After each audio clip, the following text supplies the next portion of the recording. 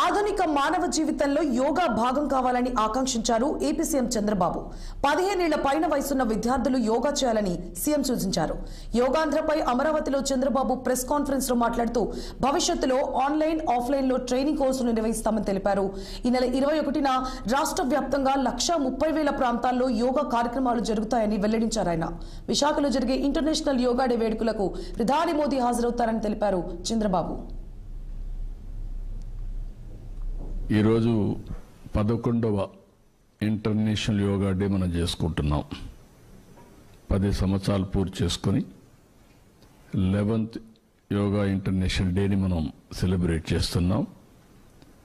అదే సమయంలో ప్రధానమంత్రి గారు దీన్ని పట్టుబట్టి UN కన్విన్స్ చేసి దీని ఇంపార్టెన్స్ చెప్పి ఒక ఇంటర్నేషనల్ యోగా డేని డిక్లేర్ చేశారు.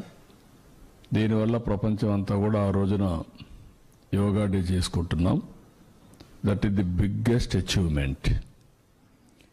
దాని మీద ఈరోజు అటు కేంద్రం కానీ ఇటు మనందరం కూడా ఆలోచించుకోవాల్సింది, ఇది డే టు డే లైఫ్లో భాగం కావాలి. మన లైఫ్ స్టైల్స్లో మనం ఇంటిగ్రేట్ చేసుకునే పరిస్థితి రావాలి. ఈరోజు ఫిట్నెస్ ఇవన్నీ మాట్లాడుతున్నాం. ఇది వారసత్వంగా మనకు వచ్చిన సంపద.